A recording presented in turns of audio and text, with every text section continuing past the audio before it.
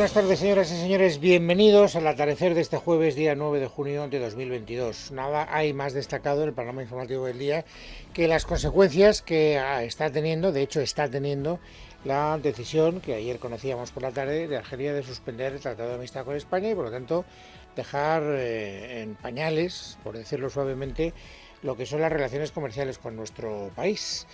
Hay una última hora, la Comisión Europea, que, en fin, naturalmente tiene que defender a los estados que forman parte de la Unión Europea, y entre ellos España, está haciendo un llamamiento a Argelia para que considere esa decisión y devuelva las cosas a como estaban antes del comunicado de ayer. Dice la nota que ha dado a conocer un portavoz de la Unión Europea que el Club de los 27 considera extremadamente preocupante la decisión adoptada el miércoles por la tarde por Argelia y está estudiando los detalles, pero cree que es muy pronto para pronunciarse a propósito de las consecuencias que podría traer. Y por lo tanto lo que quiere es, insisto, que las aguas vuelvan a su cauce. Pero no sé lo que dirá Argelia. Lo que sí que sé es lo que están diciendo todos los que han hablado sobre el conflicto que inopinadamente se ha planteado como consecuencia de la intervención ayer por la tarde del presidente, ayer por la mañana, mejor dicho, del presidente del gobierno en el Congreso de los Diputados. No es casual que después de escuchar a Felipe González ratificando el cambio de criterio en la política exterior española con relación al Sáhara, Argelia comunicara que rompía las relaciones de amistad y cooperación con nuestro país.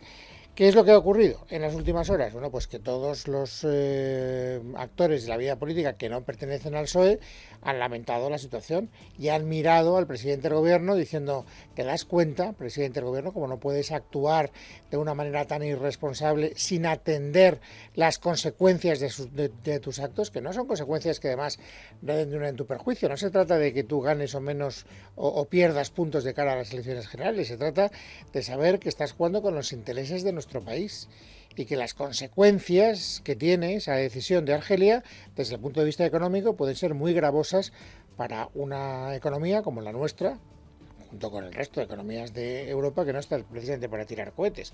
Bueno, pues algo así es lo que ha dicho esta mañana el jefe de la oposición, Alberto Núñez Feijóo. Yo le pido al gobierno argelino que distinga entre el gobierno de España y el pueblo español.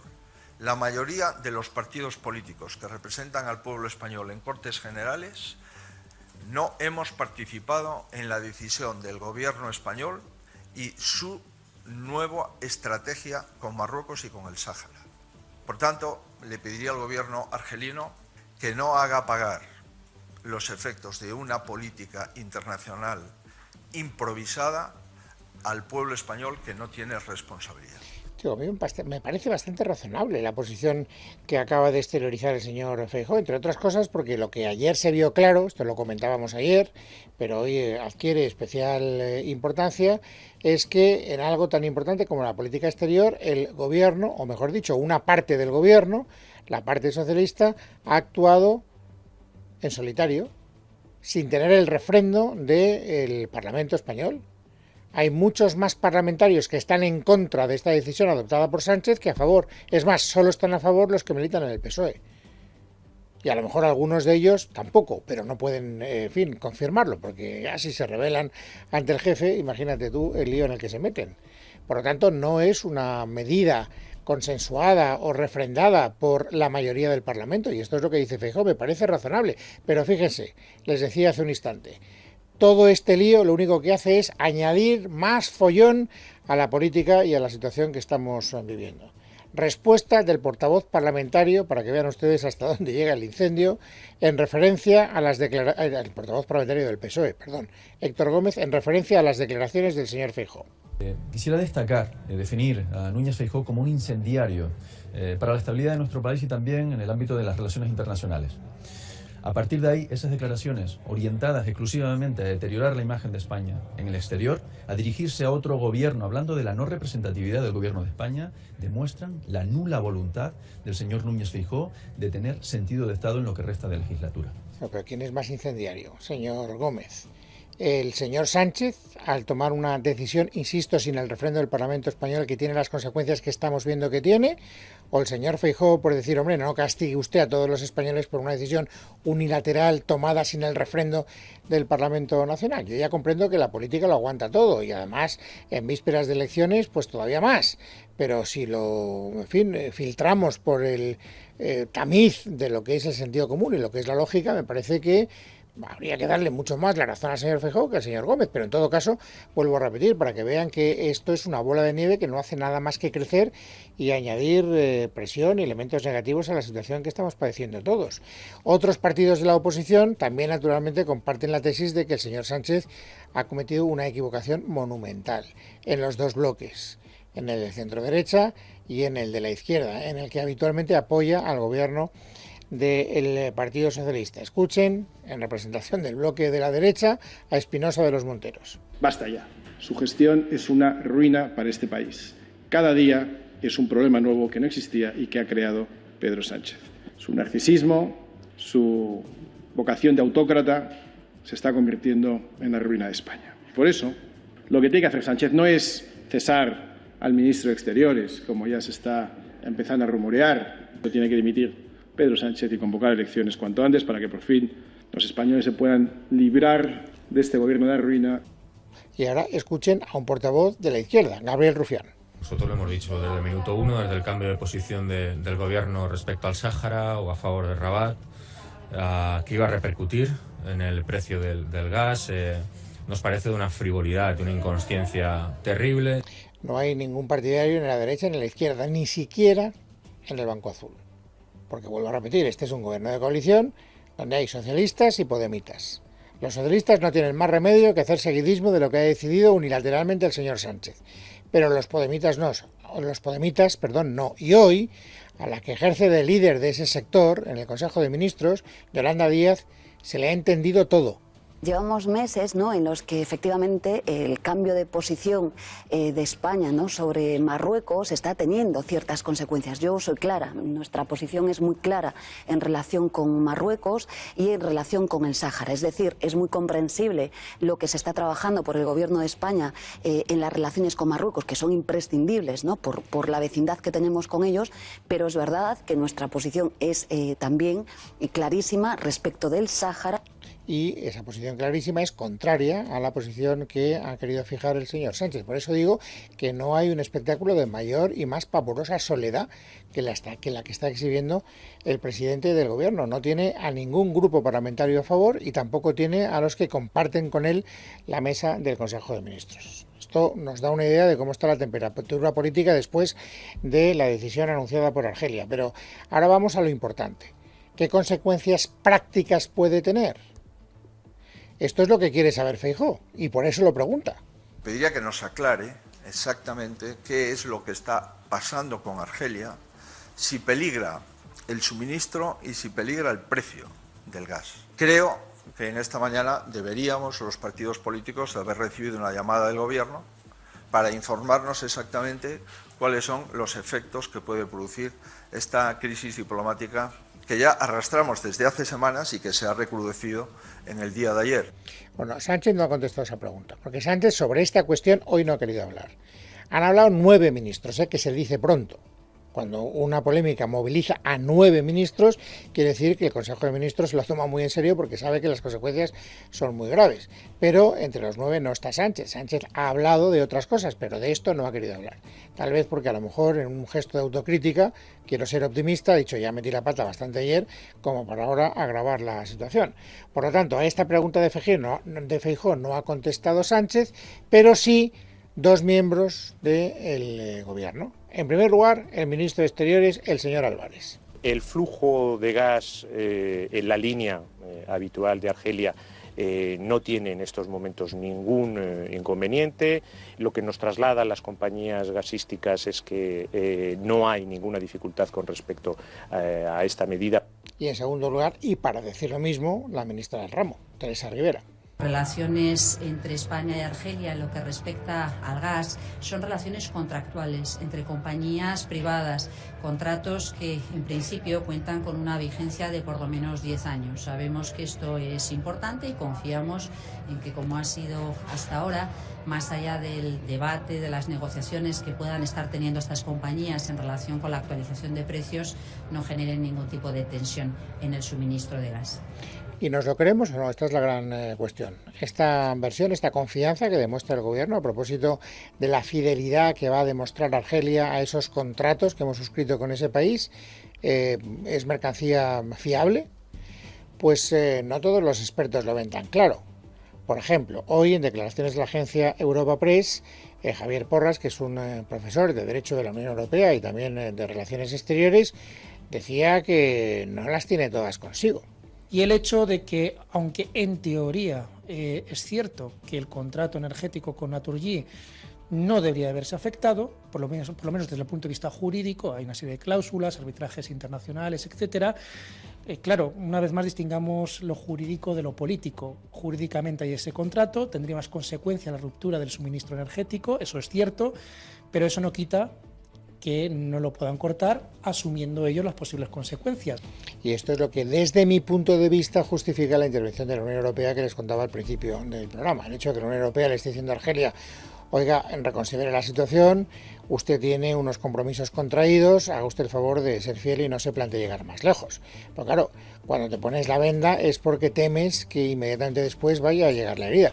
No sé lo que va a hacer Argelia, pero yo no me atrevería a afirmar de manera rotunda que lo que le he escuchado a la señora Rivera se vaya a cumplir tal y cual ella lo ha contado, en absoluto. Es más, no conozco a ningún experto que se comprometa o que afirme de manera rotunda que Argelia va a mantener esos compromisos, en absoluto. Por lo que respecta al gas, que podría ser letal para nuestros intereses económicos, porque hay una segunda parte de las consecuencias que ya nadie pone en duda, que son las comerciales. Evidentemente Argelia va a interrumpir las relaciones comerciales que tenía con España, que no eran pequeñas, si el gobierno no consigue arreglar la situación, que es en lo que está. Por eso les decía hace un instante que me parece un detalle nada baladí que 9 ministros hoy hayan salido a la palestra para decir ¿qué? Para decir lo mismo. Es decir, estamos trabajando denodadamente para normalizar la situación. Una situación incluso, decía Bolaños, que no es definitiva. Que lamentamos que lo haya suspendido, pero hay que diferenciar entre romper el tratado, denunciarlo, como se dice técnicamente, y suspenderlo, que es lo que han hecho. Igual que en su momento otras decisiones que tomaron, digamos que no son decisiones definitivas. Otros ministros han querido poner el énfasis de sus declaraciones en no se preocupen, tranquilidad, por favor, confianza en nosotros, que estamos trabajando mucho para que la situación se revierta, para que Argelia diga digo donde ayer dijo Diego. Es el caso, por ejemplo, de María Jesús Montero. Tenemos que aprovechar este tiempo y sin perder un minuto, insisto, para restablecer esas relaciones y para que los negocios futuros que pueda haber entre ambos países no se vean repercutidos por esta situación. Yo creo que el Gobierno de España ha sido bastante franco con Argelia y que hemos vuelto a reiterar que todos nuestros compromisos con Marruecos y con el Sáhara están en el marco de Naciones Unidas, marco que evidentemente este Gobierno va a respetar. Eso no es verdad. Y cualquier experto te lo dice, porque precisamente la parte nuclear del acuerdo de Naciones Unidas es respetar el derecho de autodeterminación del pueblo saharaui, es decir, referéndum, que es lo que no quiere Marruecos. Y cuando nosotros hemos dicho respaldamos la posición de Marruecos, lo que estamos diciendo es nos apartamos del compromiso del referéndum en el Sáhara. Por lo tanto, decir lo que dice la señora Montero pues puede ser entendible desde el punto de vista diplomático político, pero se aleja claramente de lo que es el reconocimiento de la verdad. Pero bueno, también es lógico, o sea que hay que entender las cosas. El gobierno trabaja para que Argelia se desdiga de lo que ha hecho. Y en este punto concreto, sin fisuras. También la parte de Podemos. Yolanda Díaz también reconoce el esfuerzo y además suma el suyo personal para reconducir la crisis. El Gobierno, claro que tiene preocupación y está tratando de reconducir la situación con un aliado que es fundamental como es Argelia. Trabajamos para reconducir la situación. El ministro Álvarez y el propio presidente del Gobierno están a la cabeza de resituar, ¿no?, las relaciones diplomáticas con Argelia. Bueno, pues este es el resumen del panorama de las consecuencias políticas, económicas de la decisión que ayer anunció Argelia y desde luego, pues, en fin, esto todavía va a traer mucha cola, o sea que va a tener sus secuelas. Pero ya que hablábamos de Yolanda Díaz, déjenme ya contándoles otras cosas que hemos conocido hoy, por fin, la fecha en la que ella va a presentar en sociedad su plataforma política. Sí, arranco, estoy muy contenta, vamos a sumar, hago un llamamiento a todo quien desee estar el 8 de julio en Madrid y desde luego que nos queramos un poco, que hace falta optimismo y esperanza. Bien, les decía hace un instante que Pedro Sánchez no ha querido hablar de la gran cuestión del día, que es la relación bilateral con Argelia. Él está en otra cosa. Esta tarde se va a votar, como ustedes ya saben, también lo contábamos ayer, la convalidación del decreto que instaura la llamada excepción ibérica, es decir, aquel decreto que va a permitir ponerle una tasa, topar el precio del gas, y esto se supone que va a repercutir de manera beneficiosa en la factura de la luz. Y esto es lo que ha querido hoy valorar el señor Sánchez, antes de que se produzca la votación esta tarde. No ha querido hablar de Argelia, pero sí se ha querido colgar medallas a propósito de lo que él ha conseguido. Vamos a conseguir rebajar el precio de la electricidad entre un 15 y un 20% de manera inmediata para las familias en nuestros países, porque se trata en definitiva de eso, de proteger a las familias, de proteger a las empresas ante la escalada de precios que sufrimos hoy, pero también de protegerlos frente a futuras subidas. Bueno, ya decíamos ayer que era llamativo ver que Sánchez habla de reducir la factura entre un 15 y un 20%, cuando inicialmente el gobierno nos dijo que la rebaja iba a ser de un 40%. Luego escuchamos a Teresa Rivera a la hora de defender el decreto que se va a votar esta tarde y ya vemos que ella se abona a la parte alta de la supuesta reducción de precios, no al 15, se apunta al 20%. Hoy venimos al Congreso a pedir el respaldo de los grupos parlamentarios a la convalidación del decreto ley. Un decreto ley que una vez con la autorización de la Comisión podrá entrar a funcionar tan pronto como la semana que viene. No el lunes, que es festivo en Portugal, pero sí a partir del martes. Se va a convalidar el decreto, esto ya se sabe, a pesar de que no va a contar con el apoyo de todos los grupos. Hay alguno, como por ejemplo el Partido Popular, el principal partido de la oposición, que se va a abstener. Y se va a abstener porque consideran que el gobierno tampoco en esto nos está contando la verdad. Decía el señor Mariscal, que es el que ha ejercido como portavoz en este debate en representación del Partido Popular, que no todas las facturas van a bajar. Escuchen. Aquellos que tengan contratos a largo plazo, a un año, tanto industriales como domésticos, van a ver de manera sorpresiva cómo se les sube el precio de la energía eléctrica. Este es el resultado de esta brillante negociación, señora vicepresidenta. Y esta es una opinión que también comparte, por ejemplo, Vox, es decir, que hay garantizada una mayoría suficiente para que este decreto sea, digamos, convalidado, pero desde luego ni por unanimidad, ni por aclamación, ni con un entusiasmo que podamos describir como irrefrenable por parte de los diputados. Un par de cosas más, para no enrollarme más de lo razonable, que ya voy otra vez regular de tiempo. Ayer les contaba, como un acto verdaderamente sorprendente, que uno de los varones del Partido Socialista, Emiliano García Paje, había dicho que ellos se sienten monaguillos en el Partido Socialista y que la unanimidad de uno, de Pedro Sánchez, hace que ellos puedan mirar con desconfianza si van a ser o no van a ser elegidos para presentarse otra vez a las elecciones autonómicas. Unas declaraciones muy llamativas porque ponían claramente el dedo en la llaga a propósito de lo que es la democracia interna en el Partido Socialista y el liderazgo que ejerce Pedro Sánchez. Hoy le han preguntado a otro varón autonómico, al señor Fernández Vara, si está de acuerdo, el presidente extremeño, si está de acuerdo con esas declaraciones. Escuchen. Que no las comparto. Yo no me considero un monaguillo de nadie ni de nada, porque representa a una tierra que tiene grandeza y dignidad, y por tanto yo no soy monaguillo de nada ni de nadie.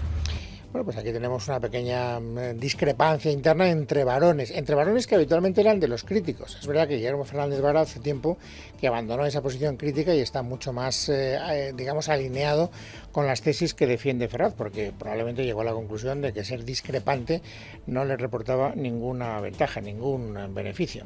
Pero bueno, si queremos encontrar una discrepancia interna en un partido político, o por lo menos en un sector de la vida política, la vamos a encontrar de manera muy clara clara en lo que es el independentismo catalán. Sabíamos que las relaciones entre Junts per Catalunya y Esquerra estaban muy tocadas, nos lo venía contando con todo detalle Esmeralda Ruiz prácticamente todas las semanas, pero es que ayer se produjo un episodio que también le contamos con detalle, que son las declaraciones en las que Gabriel Rufián llamaba tarado a Puigdemont, Esquerra contra Junts, y naturalmente eso ha tenido consecuencias.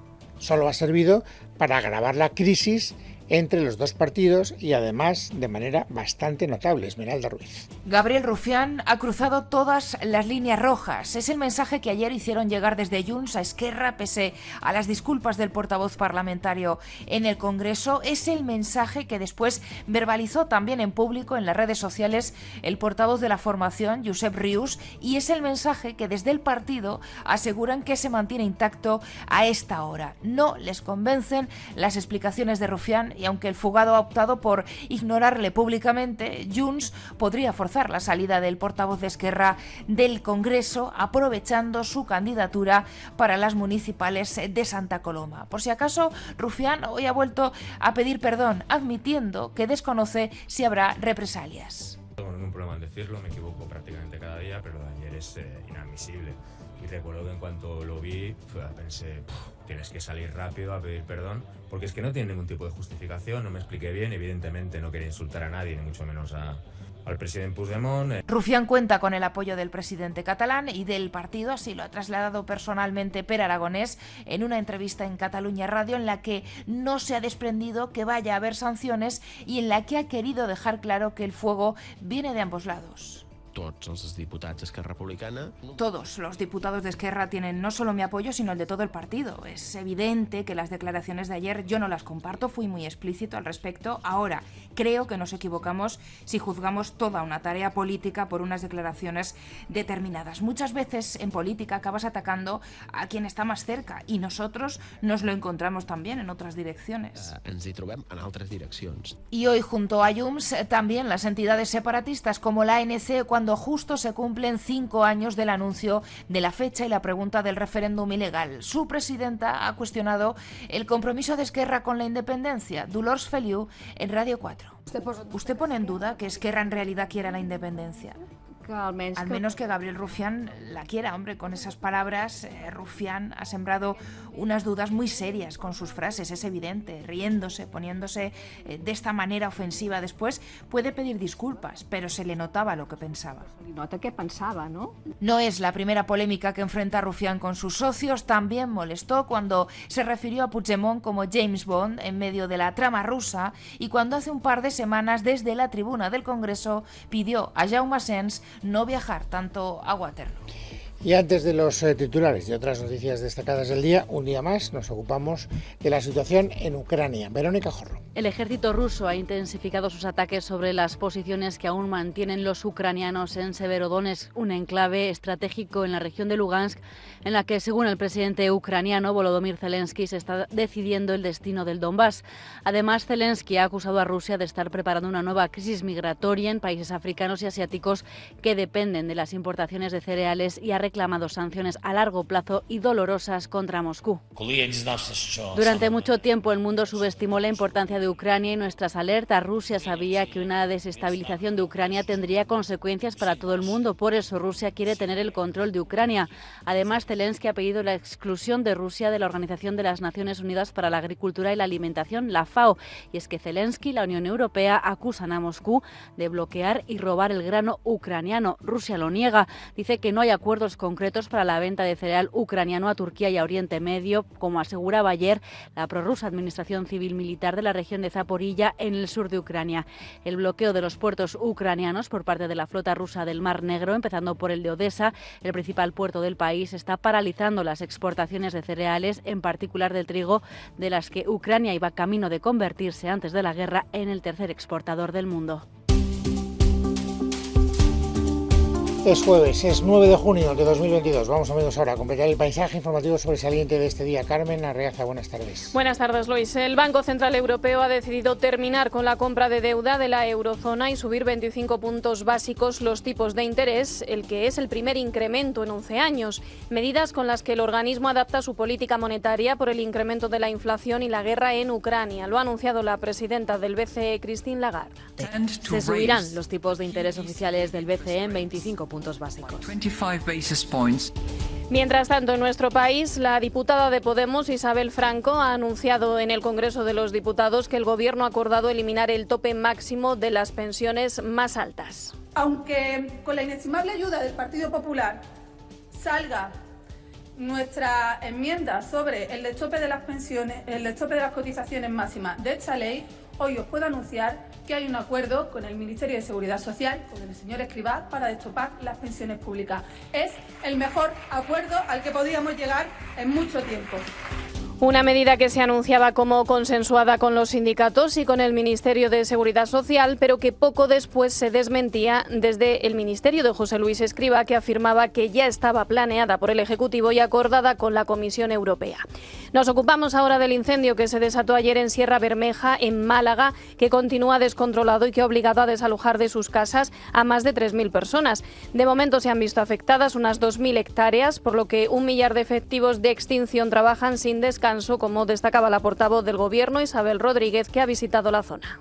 El Gobierno de España es un gobierno comprometido en la lucha contra el cambio climático. Acompañamos a todas las administraciones en esa dirección y nuestro compromiso firme de seguir ayudando una vez sucede la desgracia, pero sobre todo tratar de evitarla para que no suceda.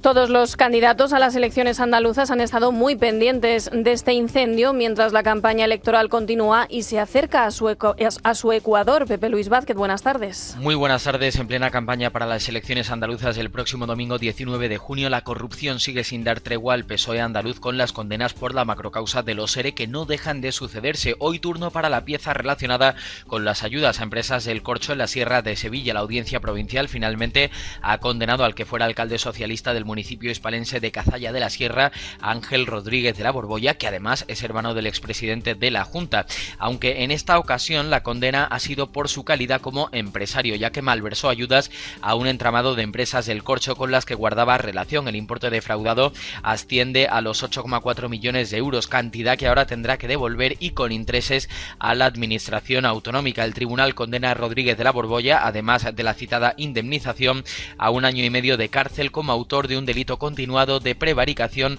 en concurso medial con otro delito continuado de malversación de fondos públicos. Sepan además que la Fiscalía Europea está investigando 7 contratos para conseguir material sanitario durante la pandemia que fueron adjudicados por el gobierno de Isabel Díaz Ayuso a 2 empresas por más de 17 millones de euros. Andrés España. Se trata de investigar la adjudicación mediante la tramitación de emergencia de 7 contratos de suministro de material sanitario a empresas que presuntamente no se dedicaban a dicho sector. 4 a Air Global Media por unos 10 millones de euros y 3 a Vindor 24K por 7,7 millones de euros. Sobre esto, Abrines espera que la Fiscalía Anticorrupción actúe con la misma diligencia que la Fiscalía Europea. Lo que sí queremos ver es a esa Fiscalía Europea actuando con la misma diligencia con los contratos que nosotros denunciamos ante la Fiscalía Anticorrupción, que no son contratos menores, sino que ascienden a más de 300 millones de euros. Y donde sí que de verdad hay un perjuicio real para el patrimonio público, porque se trata de contratos en los que se pagó, se anticipó el precio, no se recibió el material y tampoco se ha recuperado el dinero inicialmente previsto. Por lo tanto, yo creo que es importante que veamos el mundo con perspectiva y no nos centremos en 2 casos aislados que seguro van a terminar en la nada. Y sobre la denuncia de Unidas Podemos, el portavoz del PP es claro y afirma que se basa en falsedades y falacias, al tiempo que ha comentado que la Fiscalía Europea está obligada con carácter prioritario a aceptar a trámite todo aquello que se le presenta. Gracias, Andrés. Y atentos, porque los menores, a partir de los 16 años, podrán tener un permiso de conducir. Será un nuevo carné B1 para conducir vehículos eléctricos de hasta 400 kilos y que no superen los 90 kilómetros por hora. Un anuncio que ha hecho el ministro del Interior, Fernando Grande Marlaska, en la presentación de la Estrategia de Seguridad Vial 2030. Regularemos un nuevo permiso de conducir B1 a partir de los 16 años. Para vehículos eléctricos con velocidad máxima de 90 km/h y peso máximo de 400 kilogramos. Ya está en aplicación en países como Francia con buenos resultados y favorecerá la movilidad de los más jóvenes en el ámbito rural, donde, aun con todos los esfuerzos, evidentemente el transporte público no llega en las mismas condiciones, por mucho que queramos hacer, que en los medios más urbanos. Y acabamos contándoles que el Juzgado de lo Penal de Sevilla ha condenado a El Cuco y su madre a 2 años de cárcel por mentir como testigos en el juicio por el asesinato de Marta del Castillo. Además, el juez les impone 1.400 euros de multa y una indemnización a pagar a la familia de la joven de 30.000 euros. Más tarde les damos todos los detalles. En casa de Herrero, Es Radio.